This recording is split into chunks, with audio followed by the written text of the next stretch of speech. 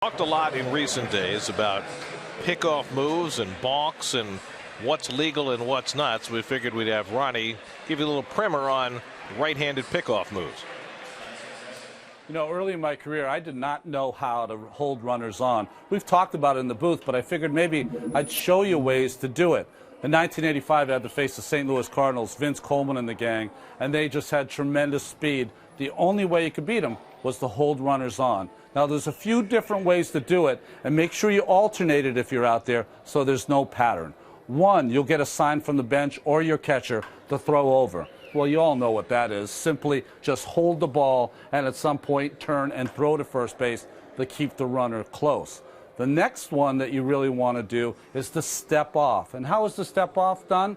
Well, you have to make sure you have a count of 3 seconds before you step off. Why? I think the most important thing is that you want to see what the runner's doing. If you step off right away, you're not going to see if he thinks he might move to second base, that he might be a little jittery. So you wait 3 seconds, and then you step off. The bench, your manager, and even you will see if he wants to steal or not.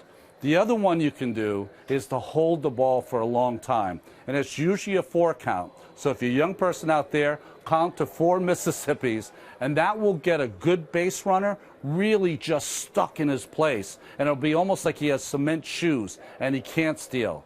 And then the best one is after you've done all of these things to hold them close, you do what's called a slide step. So you come to the set, and instead of lifting your leg, you just take it straight to the plate. That's the slide step. It's a quick move, and it's one that always gets the runners off their base and doesn't get them to get that really good jump. Now, we always talk about a pickoff move, and it's been in the news a lot lately. Julio Teheran has one of the best for the Atlanta Braves. In fact, the Mets think it's a balk move. And Ron Gardenhire for the Twins recently got thrown out of a game because he thought that David Phelps of the Yankees had a balk move.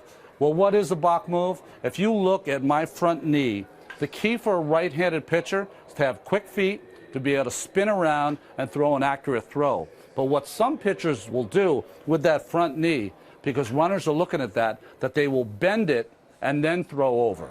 Now, why does that work as a balk move? Well, one, you're not supposed to do that. And two, there's a key for the base runner. When they're watching that front foot, if it bends, it's the signal for them to go. So that's why it works against good runners. So when you're thinking about this stuff, and we talk about it all the time, and you're a youngster at home trying to hold runners close, if you do these 4 or 5 things, you certainly will be better, much better at holding runners on first. That is some great stuff, and there's more expert instruction to be had from Curtis Granderson and the team of Mets coaches at Citi Field Friday, August 16th. Log on to cityprivatepass.com to learn more about this offer and other special access opportunities. Meanwhile, beautiful